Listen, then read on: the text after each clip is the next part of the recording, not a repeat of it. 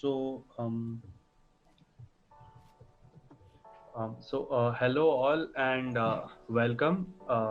We are from Hack Club VIT Chennai, and we are conducting this workshop, Get to Know Git, where you will be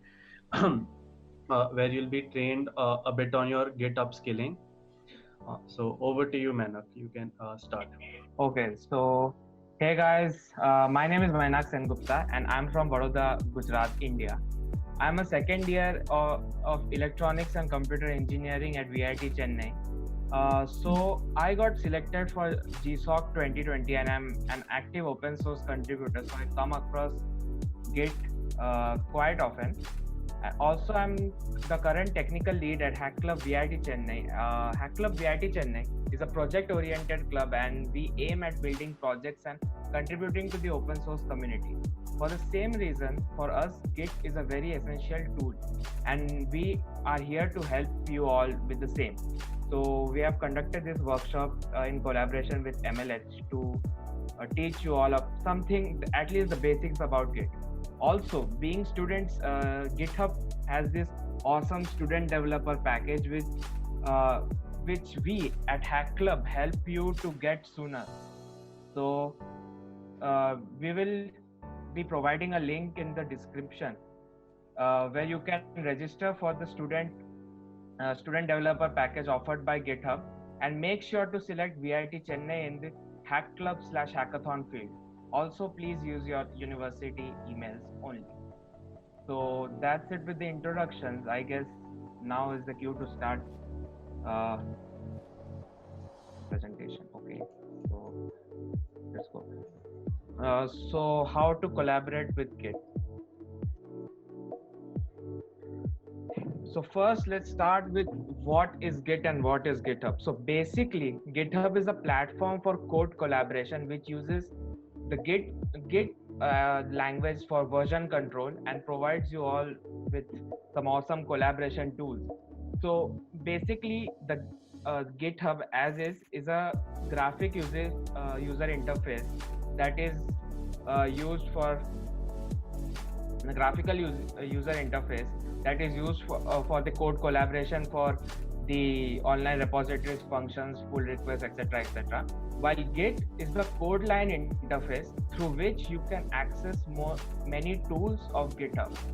So, as the questions that were asked in the chat before, GitHub Desktop provides this GitHub experience as an app. So instead of going to the website, signing yourself in, and doing all the stuff in the website, now you can do it on your desktop. So that's not we want. So because we can usually easily do it in the browser, so why just download it again and do it? So instead we use Git, which is the command line interface, the version control system, and can be used with various tools or locally on your computer. So Git, after installing Git, you can either use Git with the Git bash that is locally available after installing Git, or the terminal or CMD, etc., etc. So no, it's not a coding language, so you cannot use VS Code, but you can use the Visual Studio command prompt. So if you have VS Code installed, that's well and good. You can use Visual Studio command prompt, etc., etc. So why version control is important? So first of all, version control saves you the problem of sending the same code again and again to different people via email, via pen drive, via Google Drive link, etc., etc. Also, it helps you document your changes, because if 5 people are making changes in a like document, and like one of those changes is faulty, then how do you know who to blame? So Git helps you in that aspect. So Git keeps a tab of every change and who makes the change. Okay. So Git keeps a tab of every change, and also allows everybody to work parallelly. For example, if a single snippet of code like saying hello world, you five people want to add their own touch in this simple hello world print statement. So Git allows all five of them to simultaneously work on the same code, simultaneously make their own changes, and then when they have made the changes, they can ask the change to be included in the final uh, result. So, and also these changes will be recorded by Git, so you know who has made what changes when, etc., etc. So that's a very helpful aspect of version control system. So I hope you all have created a Git account, GitHub account, and logged in into it. Or if you have not, you can just go to github.com. Just go to github.com and just create an account. Uh, if if you have created, if you have not created, I can just wait for a couple of seconds, I guess. This is generally the feed that you see in major social media like platforms. So this is feed. This feed includes the updates that from the repositories you follow, the people you follow, what their actions have been, your repositories you have contributed to, etc., etc. So on the right hand side there is an ad, and below that ad is the repositories that Git recommends you that you can explore on your own. Like I myself have contributed to repositories which include commands written in C, C++, Python, etc. So they will give me options, give me suggestions based on my like navigation in Git. So I had starred OpenRA, so I am getting suggestions like that. So it's basically a like suggestion algorithm. In the left hand side, you can see the first. This is the like all the repositories that I follow, all the repositories that I've contributed to. So these are all the repositories that I've made, I have contributed to, I am working on, following, etc., etc. So, and here you can also create a new repository. So, and here there is a search bar, pull request issues. We will come to these later on. So this folder contains all of your code. So repository is a folder that contains your code. That's it. It's just that. Just a fancy name for a folder. So here we can create a new repository. So while creating a new repository, you have to create a repository name. So I will just name it Git Upscale. After that, it prompts you for a description. Now, writing a description, although it's written optional here, it is very important because first of all, whenever somebody opens your repository, because this is open source, this is public, everybody has access to it, or you can keep it private, but mostly it's public. So if they open your repository, the first things they see is your repository name, description, and your readme file. So your description, you should have a description that describes what the code is about. So if I have a Git upscale repository, I will write a description similar to basically what the readme contains is at this point it only contains the description, but what it should contain is, first of all, it should contain what the code is about, which generally it is written in the description, but the readme should also contain this part. Then how to build the code, for example, if it is needed, how to run the code, in which language is the code written, then how to debug the code.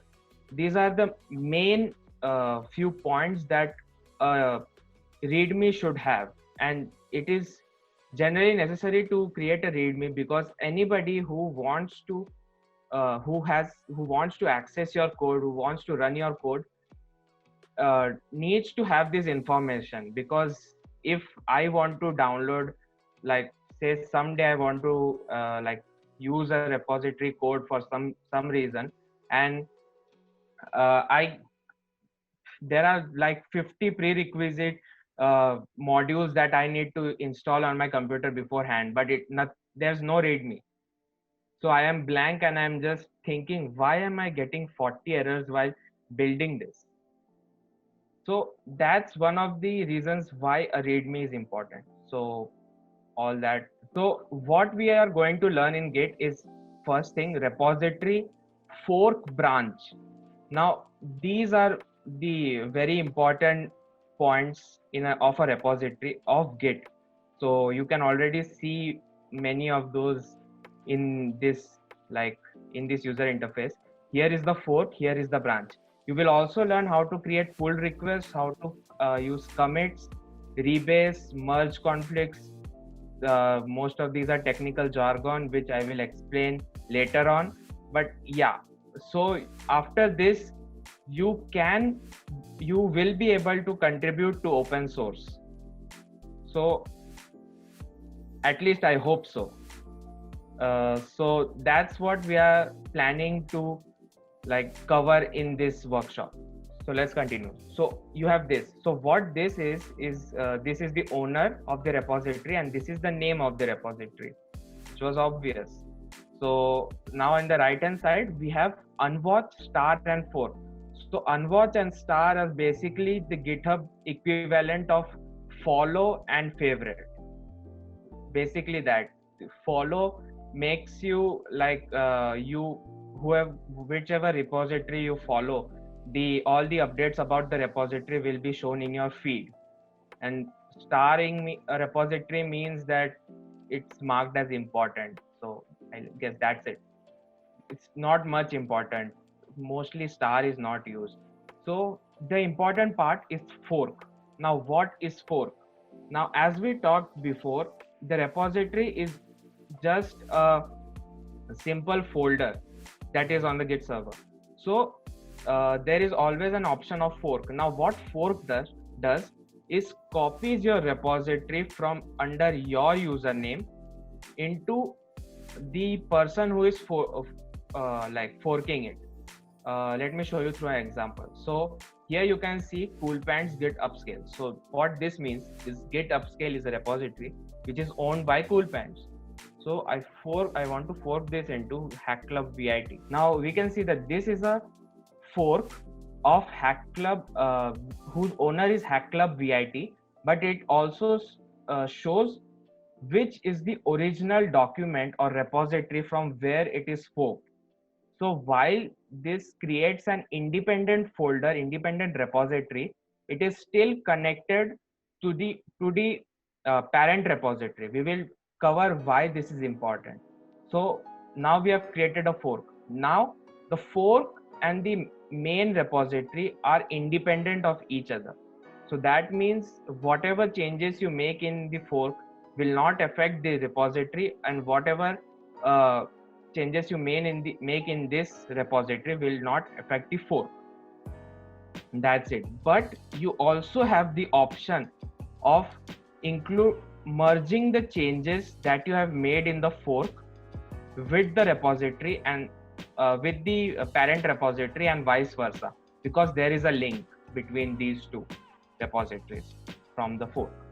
So that's a very important part of a collaboration as a GitHub collaboration. GitHub as a collaboration tool, because it allows two people to work simultaneously on different forks, and if they want they can merge both of the forks. So all of these are done. Then we see code. So as the name suggests, this contains all the code. This is a really cool match between the traditional file explorer and file viewer. So all the files that you can see can also be opened inside of this code window. So readme.md can be opened as the file, editable file.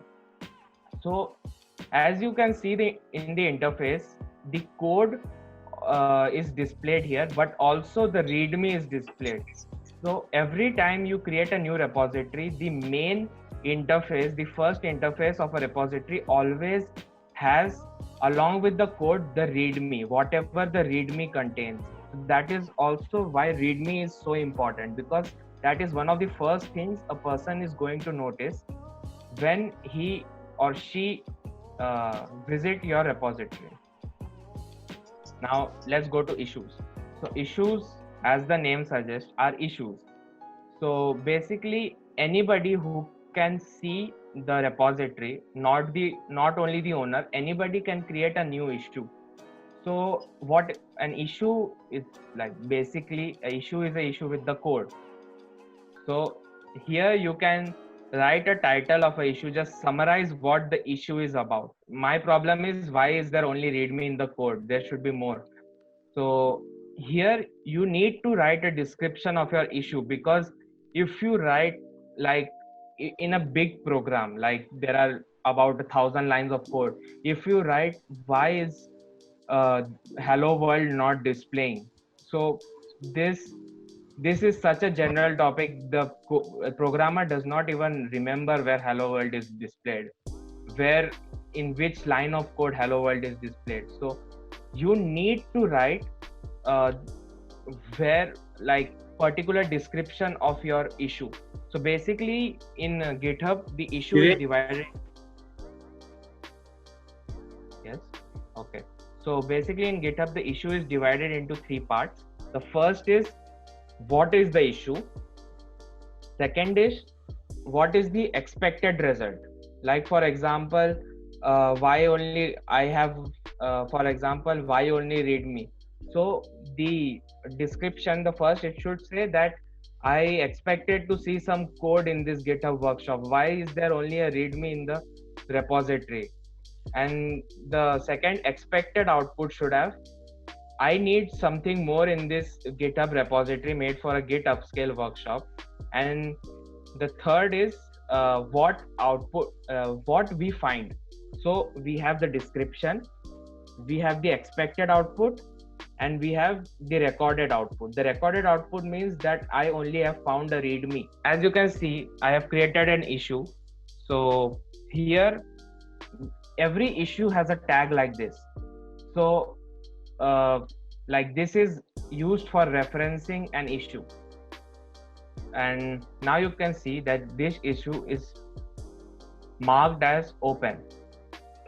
Now it is your responsibility as a person who has created an issue in any repository, that if you open an issue, you must remember to close the issue after it has been fixed, because it may lead to very much unnecessary trouble later on.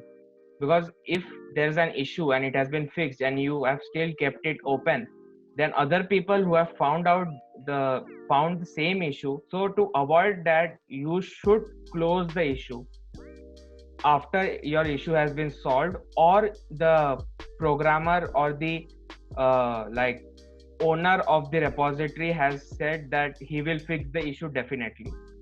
So that's it. Also there's another point. If you want to start contributing on any website like Python, Linux, etc., etc., you start with issues. Because if you see any website on any repository on GitHub, for example, say Python,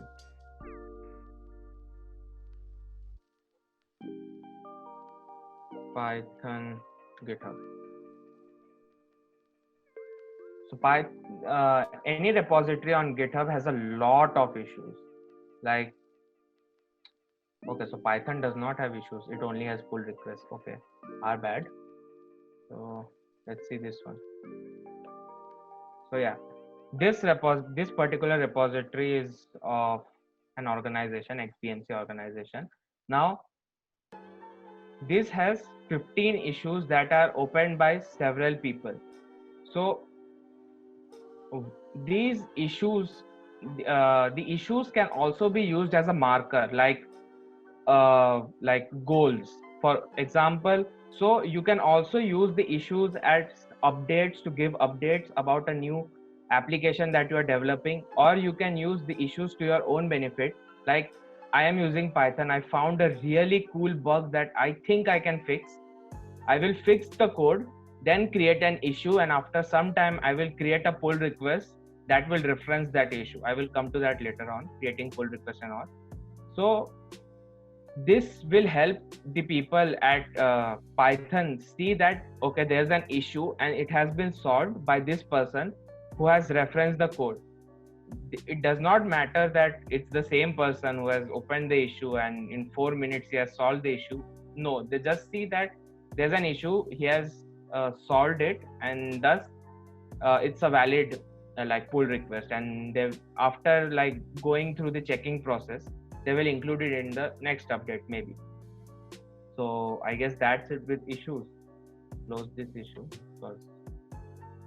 So next is pull request. Pull request, as the name suggests, is a request to pull changes into the code. So as I talked before, the fork, we were talking about fork. Now every change you make in a fork can be used to create a new pull request. So we will see how that happens.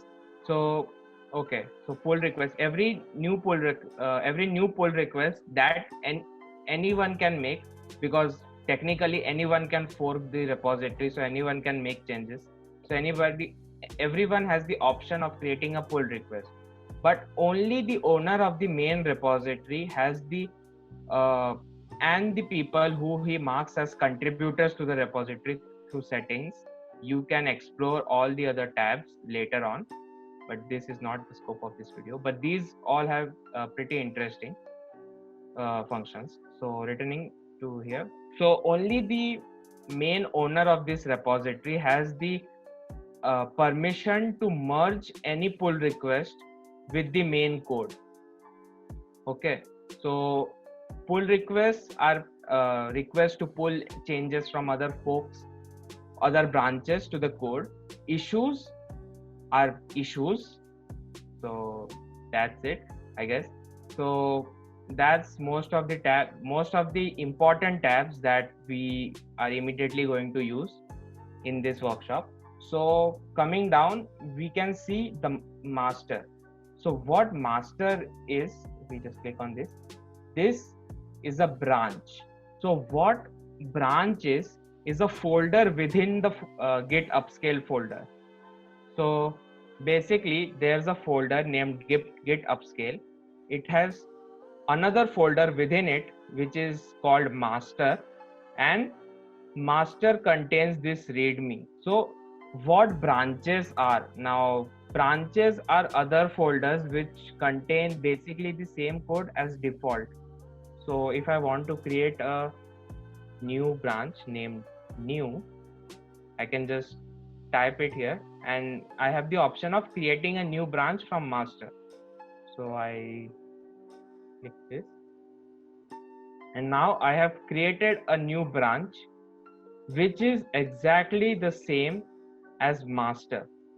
Now remember, every time you create a new branch, the branch is a copy of the default branch. The default tag is currently at master, but you can change using by going to settings. By going to settings, you can change which branch is assigned as master.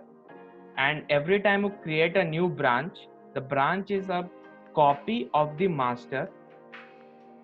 Okay, so now that's creating a new branch. So how branches function are really similar to a fork, because forks and branches both are independent to the code of the master branch. So any code in each of the branches are independent. So if you make any change in any branch, the other branches will not be affected by any of those changes. Much like fork, if you make changes in a fork, the main fork Git Upscale will not be affected.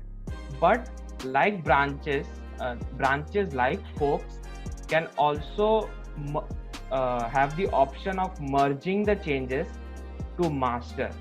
Now let me show you a brief example. So here you can see readme.md, and you can see, so I have created a new made a change in readme.md. So readme.md in master branch has changed 1, but does it have new? Okay, so after creating new 2, you can see that this shows this branch is one commit behind master. So the recent commit that we made, the update readme.md, this has not been included in the new branch that we have created, but it shows that I have this option, compare and pull request. So what this option is that now I can compare this branch with the master branch or new branch, and I can merge the changes in both of them. So let's just see what it does. So I created the pull request, and it shows the branch has merge conflict. Now merge conflicts is essentially that saying that the branch, like here is my master branch. Now the master branch has a commit 1, and my new 2 branch has commit 2. Now new 2 branch does not have commit 1, but for new like, how to explain this? For master branch, this commit 1 is the first commit for the master branch, and for N2 branch, the commit 2, that the second commit we made in the whole repository, is actually the first commit for N2. So since this is the first commit for N2 and this is the first commit for M, if we want to merge these two will not be merged because of the conflict, because we have made the changes in the same line. So for example, as you can see clearly, the files changed. In the 4th line, we have added change number 2. But if we look at the master branch, in line number 2, we also have change number 1. Line number 4. Line number 4 here has change number 1. In our pull request, line number 4 has change number 2. So this is the conflict between our pull request and the main code in which we want to merge. So how to fix this merge conflict? Just resolve conflicts, and the rest of so here you can edit in what order you want, like how you want the readme to look. So in my case, I want change 1 to be above change 2. So change number 1 is now above change number 2, and I want to delete all these redundant lines. So now this is all I want. So mark as resolved. So now my conflict has been resolved because I've changed how I want my final product to look like after the merge. I'm committing the merge. So yeah, that's basically the pull request, how to handle a branch and its pull request. So I guess that's it about branches.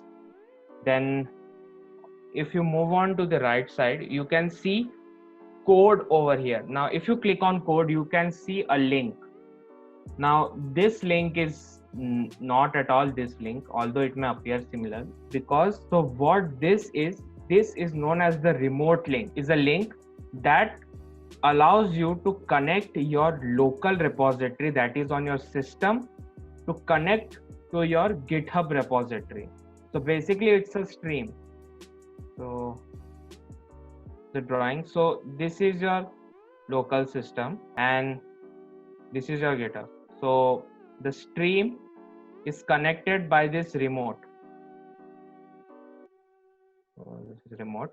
So this is actually the address of the repository that you want to connect with the local repository or the local directory that you want the code to be in. So currently we just want to copy this code. You also have the option of using SSH, but it's basically the same. Both of them work similarly. So that's it about the main user interface of GitHub. If you have installed GitHub Desktop performs like the same as this. Like the Git website and Git desktop is basically, Git desktop is Git. You do not need to access the GitHub website. You just use GitHub desktop and do all of this in that. So yep, that's it. So let's now move to Git. So as I said before, Git can be accessed via uh, your Git bash that is installed when you install Git. It can be installed via, it can be used via the CMD command prompt, the terminal, or the VS or the Visual Studio command prompt. Not the Git CMD, because as it is written here, it's deprecated, it's old. We use Git bash. So we have opened Git bash. So when you start Git bash, ongoing project, how we attach ongoing project in local versus, okay, so I'm coming to that. I am this all after, this all comes in the Git. So after you have installed Git on your local like machines, etc., so you open Git bash. So I would like if you just follow me through this step. So when you open Git bash, by default you are in the percentage user profile directory. So for those who do not know, this directory is, this is the link, or rather the shortcut for opening this directory. C users mena, that is the users directory, user profile directory. So since it is already opened, now I want to navigate to my desktop using cd. Now cd or change directory is used to navigate to a particular directory. So in this case, I want to travel to desktop. So I am in desktop now, cd mlh. So I have already created a folder called mlh. Now in mlh, what I want is to download this repository into my local machine. So we had already copied this link. Put the link for the repository in the description. You can just follow the steps along. Open the repository and fork it, and just follow along the steps. So if you are not comfortable with the mic, you can just type in the chat box. I have opened the chat box in parallel. So, cannot click on the fork option. Okay, so is there some error that is coming in or something?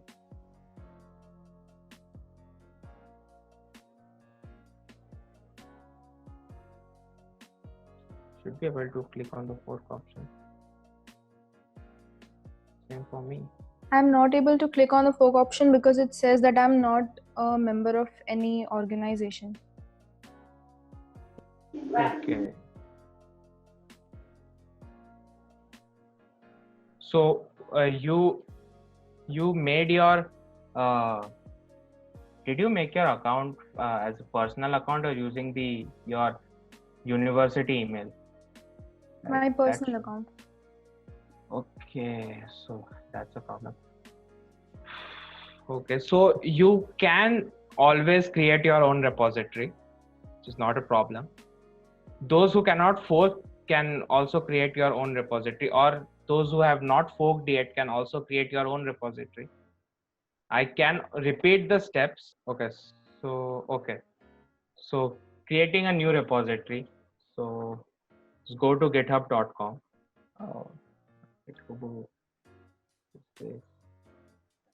Just go to github.com.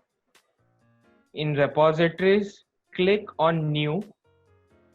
Then you will create a new repository. Just enter repository name, description, and initialize with CMD. That simple. Nothing complicated. So if you have created your own repository, just give me a confirmation. So Since you have all have, it is coming hello world. What is coming hello world? Have you like written hello world in your repository name? Okay, no response. So I think we should continue. Okay, so I guess after clicking what exactly? Like I said, if you do not okay, the link it shows hello world. So Aona, there's not exactly any steps after. Just create a new repository and that's it. Just create a new repository. That's it. Nothing more, nothing less. So I guess most of you have either forked my repository or created a new one of your own. So let's continue with the git bash part. So open up git bash on your like system, like wherever, like cd desktop, and then I guess cd into whatever like folder you have on your desktop. For me, I had mlh. As you can see on my desktop, I already have a mlh folder, so I can cd into mlh. But you do not have cd, so you cannot do not have mlh, so you cannot cd into mlh. So after you cd into the folder, what you do is do git init. This command is used to initialize a folder to like to use as a git repository, so your local git repository. So cd desktop, cd mlh, then after moving into the directory which you want to initialize at your git repository, to git init, it will so now you have initialized an empty git repository. So now I have created an empty repository, but still there is no connection between this repository and this repository. So for that we use this remote link to set up a remote. So how to set up a remote is just git remote add. Now we need to have like a small like word that we will use to reference the remote link wherever we want. So mostly we use origin and then shift insert. So why we use this thing is because wherever we will use this remote link at many places. So at all the places it is not feasible to write this whole thing. So instead we assign this whole link to a small origin tag, so we can easily access it wherever we want in pull request, etc, etc. So we added the remote. Okay, so now we have the initialized a git repository to our remote, which is this. Now I want to pull all of this code into this folder. So what do I do? Now what this does is git, it pulls everything from origin, remote, and the master branch. Well, I can, instead of master, I can write new, or I can write new too, but for the while being I will just use master. I will show you new too also. Pull origin master. So now we have everything that we need copied from the repository to our local folder. So are you guys following up till now? Is all of this code working? If there's any errors at all, you can just put in the chat box. Okay, so have you written this code snippet? Git remote add origin. Okay.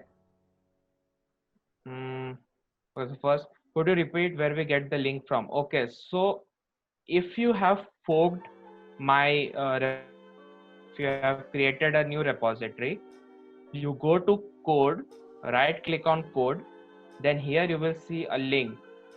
Now just this is the link, so just copy this link and paste in here. So it's that simple. So Pratyush, coming to your problem, could not find remote reference master. Okay, so using a new repository. Yes, I created my.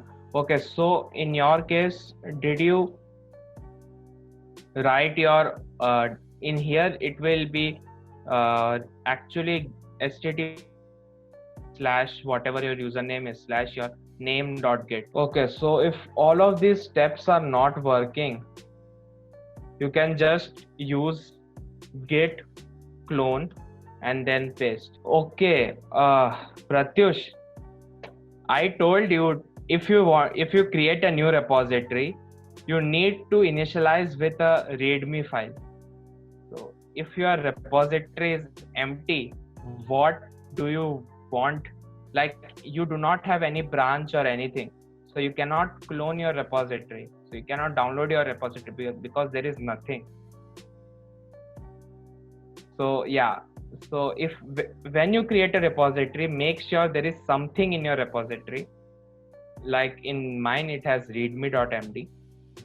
So yeah, that's one thing. So just create a new repository. So I guess rest of you. So git clone, yeah, git clone. You can also use git clone if these steps are too lengthy for you. Like, you can also use the simple git clone and then paste. Now what this does is does all of that work for you and just clones everything into a folder that it creates by itself called git upscale. So now this is our mlh file in which we did git init, git remote at, then git pull upstream. While this git upscale is simple git clone. So both of these yield the same output, but mlh has a different name, folder name, and git upscale has a different folder name. That's the difference. So you can use either.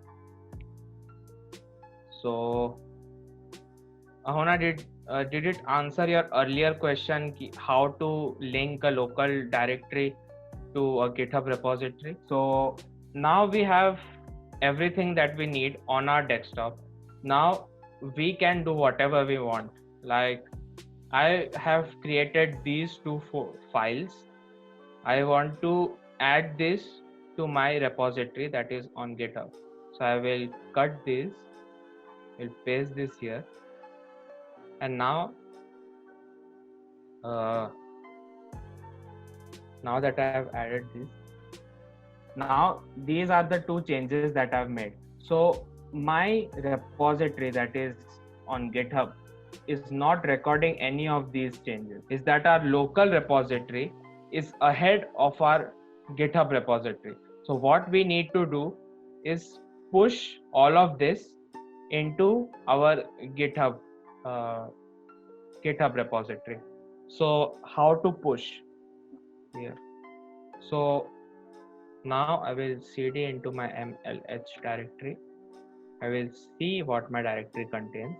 So as you can see, I have main.py, names.txt along with the readme.md. So using a command git status, I can see the current status of my stream, like this the stream that links my git to my GitHub. So currently in my stream, I have two untracked files. Means these two have been changed according to the connected local repository, but Git is not yet aware. Git is aware, but these changes have not yet been accounted for. So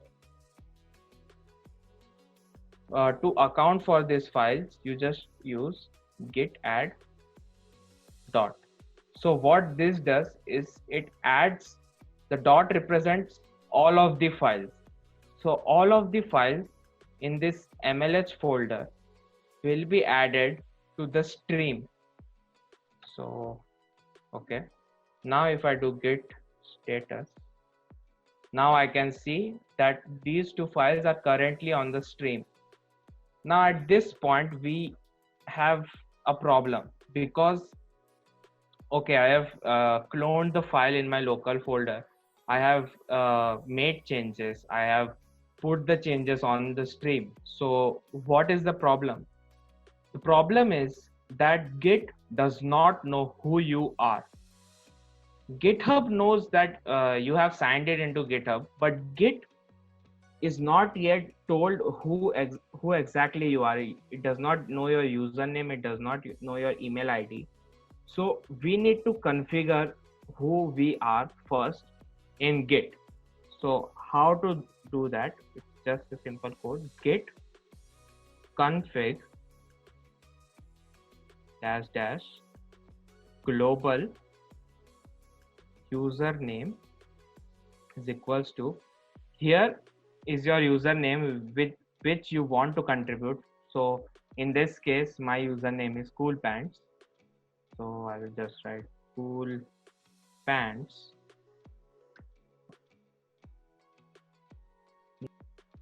Okay, so it's space and space. So username space equal to space your username. So now I have configured my username. Now I have to configure my email. So user, same code, but user.email. Now write the email address with which you have created the account. In my case, it's this one.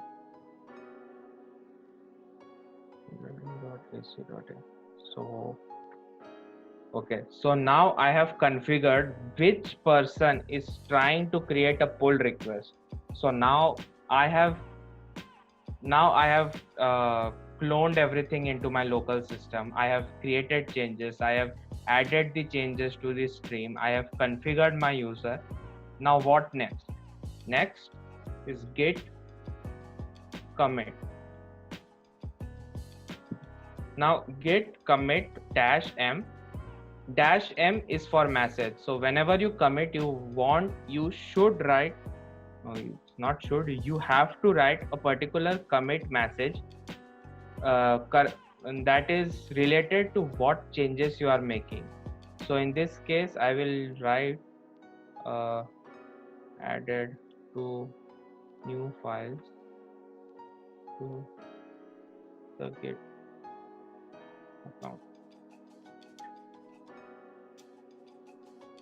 the git repo. So a message similar to this should come. If not, there is some error. There are many errors at this point. So if you face any errors, you can just, okay, which steps? From where? After the changes have been made.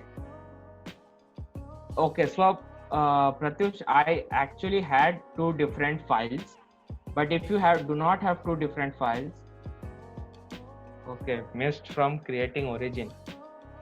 Okay. Oh, okay, you created a new repository. Am I right? Okay, so I have written all the code, but I will share it again. So you do git init in the folder in which you want. So then git remote add origin space the link of your repository, then git pull origin master. Just have you done this?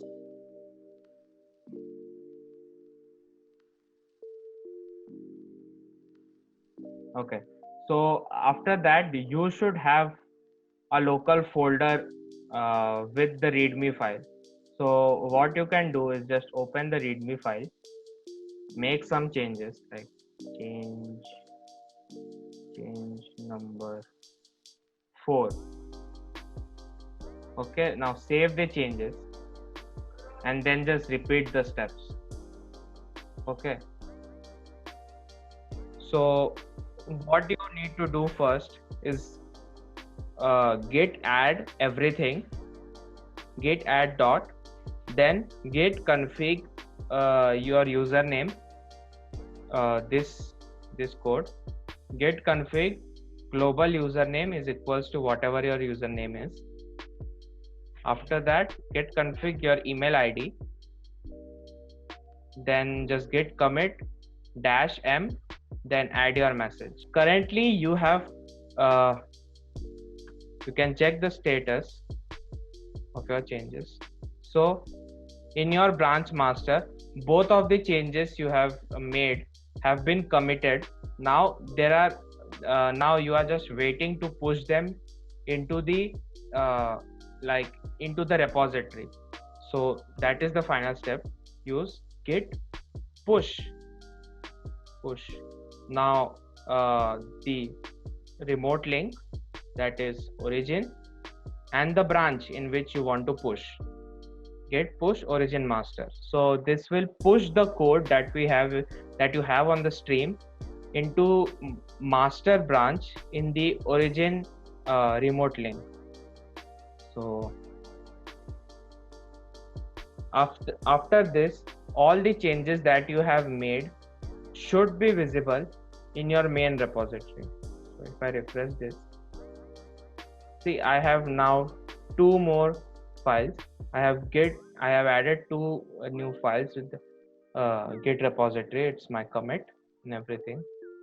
So at this point, if anybody has any problems, they can message it here. Any errors?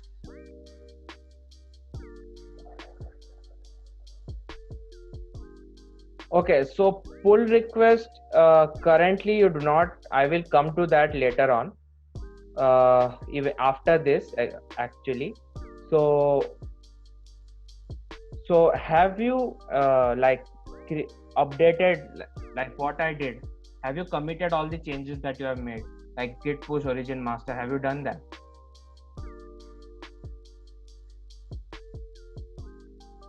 Okay, so everyone who is working on a fork, if you are working on a fork, after making the changes, you will have an option of create a new pull request.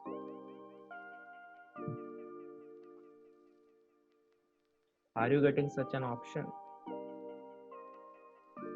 Yes. So permission to, did you fork it or what? Did you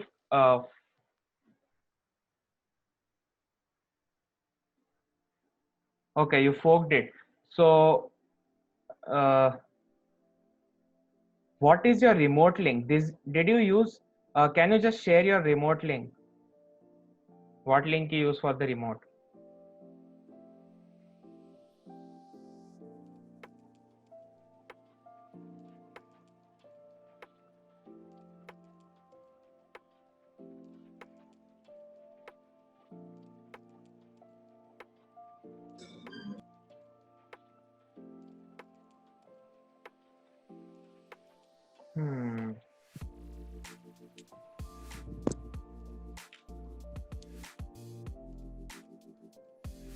Your remote link, please. Mainak. Okay, so the problem that you have faced is you actually cloned my repository. So as I told you before, only I have the permissions to like make changes in my repository. So if you okay, fine. Yeah, Neil, you were saying? Nothing, sorry sir. Okay, so now that you have like made your own changes, many of you have created new pull requests, 2 of which I have merged currently. I can see all of these, like someone has added their name and someone has created a hello.py. So the others, you can, after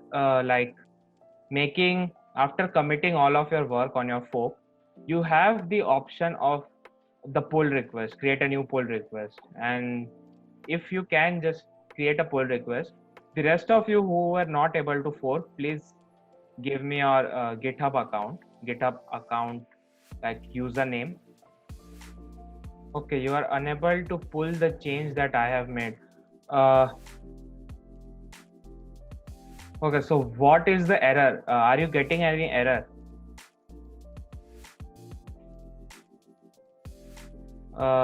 Have you like,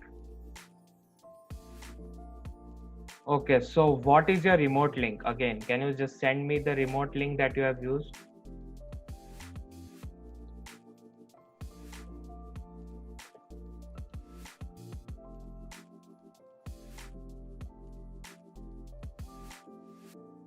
Okay, so again no, so you have used my remote link.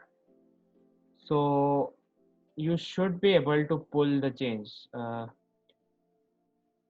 Did you use git pull origin master now currently? Because first of all, just try to fork. I will look into your. It already says up to date. Okay, so it should not be a problem, because if it's up to date, that means your local repository that you have on your desktop is already has all the changes. So you can also use git rebase. Okay, so use git rebase. Git rebase. Okay, I will show this one. Git rebase origin master.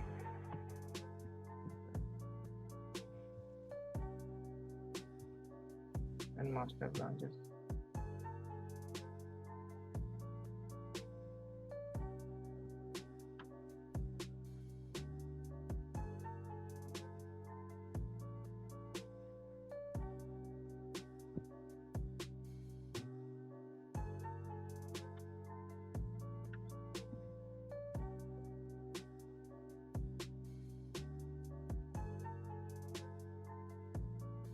Okay, why is this not working for you?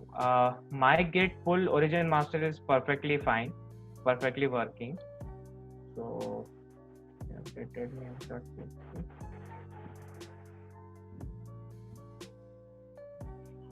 Confirm merge. Now we have a request, one image.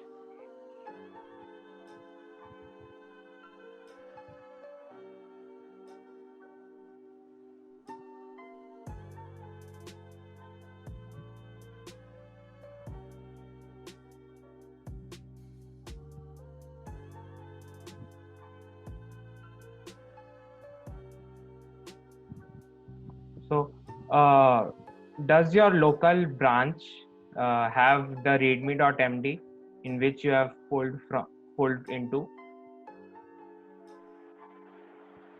So that means you have everything that you need, like, because you only have readme.md in your repository. So this works. This works. So do not need to pull anything, because now if you have made, okay, git rebase. So what git rebase does, it's actually used for example, git rebase. What about main.py? One second. So git rebase is actually used to rebase a particular branch. For example, in this one, I can use git rebase to rebase this branch, or like change my local repository. Like, for example, git rebase.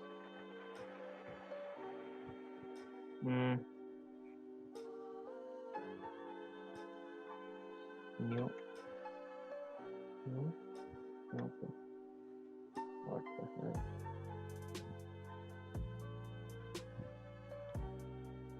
Forgot syntax for git rebase. So basically, git rebase is used to like edit your, for example, your local repository, your commits, most of the thing. But git rebase is not exactly used much because of git merge. Git merge is a better option because for similar reasons. Git pull origin master is used more often because this does most of the work for you. So this is a much preferable option for beginners. You can look into Git rebase more after this workshop. So I forgot the syntax for Git rebase. So main.py. Okay, so Dharnesh, your repository does not have main.py. My repository does. So this has main.py. You do not have main.py. So if you clone, you will only get readme.md. So now we have seen how to create new pull request from a fork. Now all the changes that we had currently made were on the master branch. So what if I want to make changes on a new branch? So to make changes on a new branch, so I will just clear everything up. So first, to make changes on a branch, we need to switch to a branch. So currently, to switch to a branch, you use the command git checkout. In this case, branch new. Now this will give an error because okay, git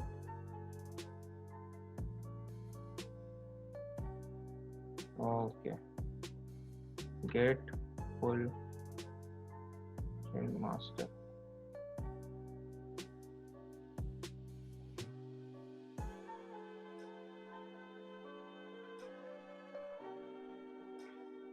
So a git pull.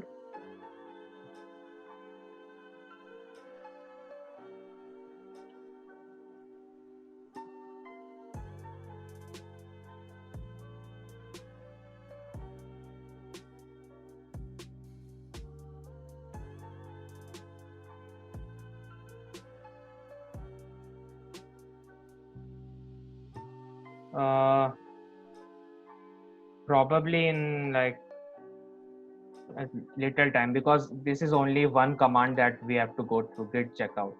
So git commit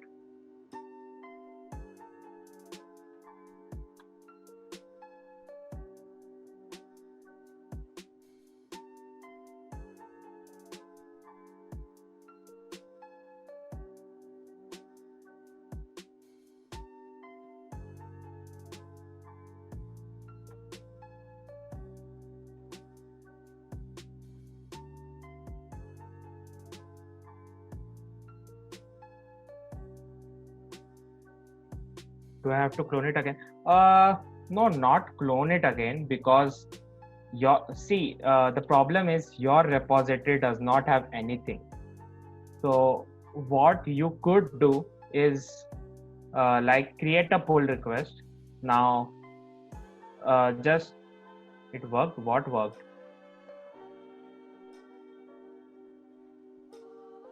Okay, you cloned it again.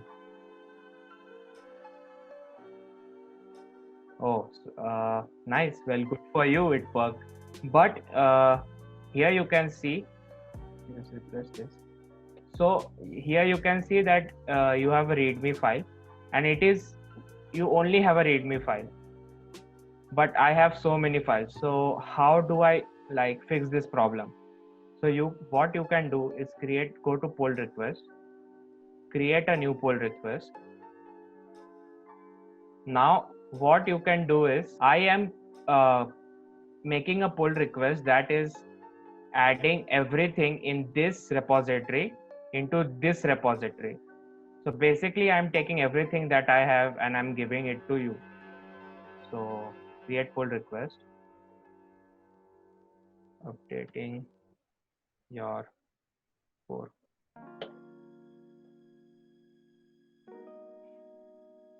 So now I have given you a pull request. Please, can you merge your pull request? This is one way of updating your fork to the master fork. So so now just two more commands. After that, it's done. So first command is git checkout new. So this will make me switch to the new branch that I've already created. Now what I can do is I can push, what I did here was push origin master, but now I can git add everything, git commit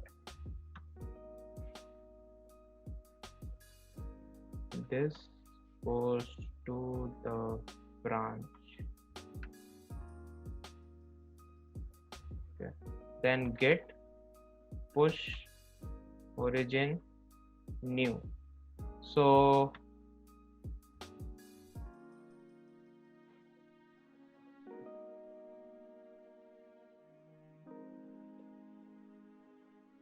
this should have done it. Okay, so I will show you how to merge. So here is a pull request. Just click on the pull request. If you go down, then there's this option.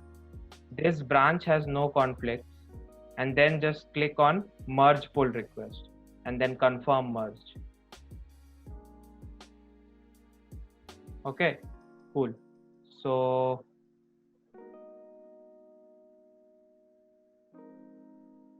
git pull origin master.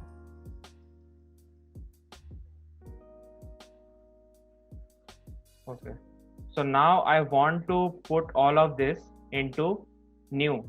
So let's write everything, git add everything, git commit this goes to the branch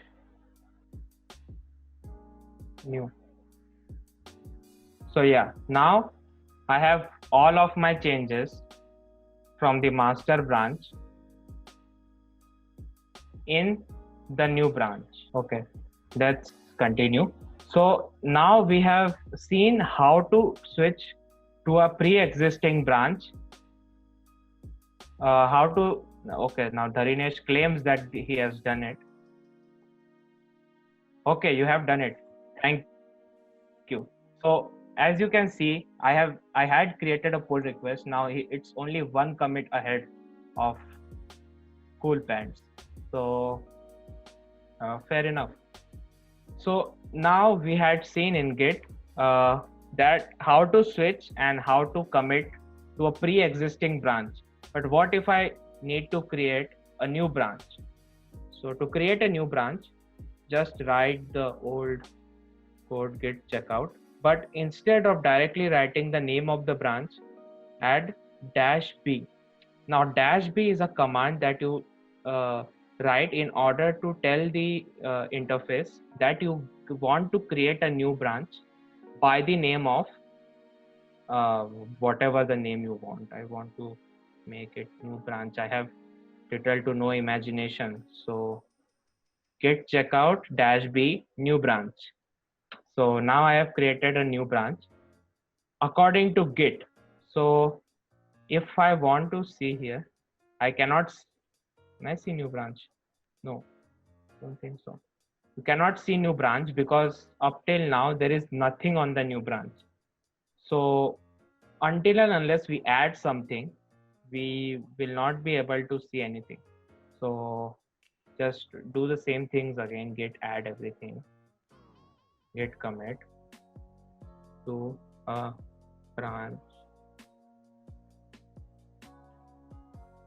created from git push origin new branch.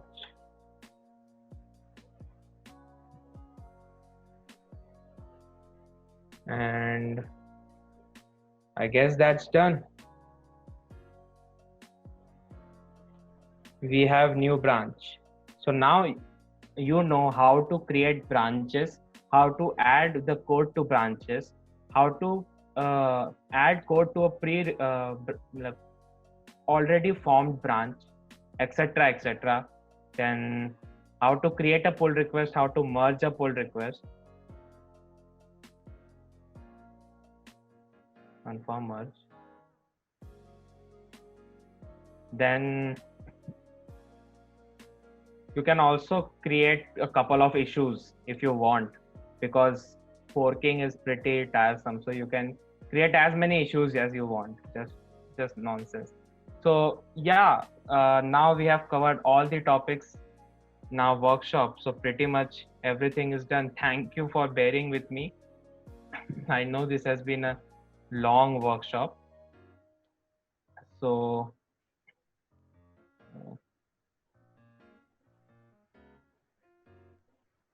so now that we have done, so we can just recap what all we have learned. So we have learned that Git is a version control system allowing multiple people to collaborate, and it is not a like not a language, it's just a system. And GitHub adds different features to Git and provides a web interface. And Git Bash is different from GitHub Desktop. Then command line interface, Git allows us to do many things.